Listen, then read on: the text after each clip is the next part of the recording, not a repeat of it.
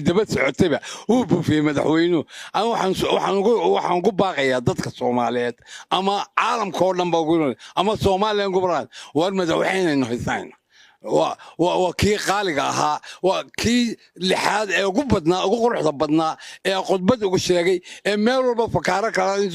yimi kaasna aad iyo aad baan ugu mahadnaqaya ninka ka hor yimaada waa nin Soomaaliland nacab kaasi waa la buufinaya khudbadii madaxweynaha waxaan ku arkayaa si qaali ah oo qurux badan buu horta u dhigay caalamkana ugu sheegay oo waxaan ka helay laba kelmadood oo qura annaku dawartiidin loo iman mayno وقالي وكلمة قالية أو بوك القري وحن كذا هرايو كله سيدي واحد لي أفكاريسي وقاد لي قروح لبنان تشوف كلاهين قروح بدنين وان كاد لي وان waxay ku soo koro aadi horta madaxweynuhu waa diblomaasi waa nin aadi aad u qiimo badan madaxweynuhu aadi aadna u fikir badan marka shaariyada markii uu la hadlay oo yiri maalgashi baan ka doonaynaa Soomaalida iyo caalamka oo dhan Mareykan noqoto cidda meel kasta noqoto dal baan noo haynaa wax la gashan karo tan aadi baan uga helay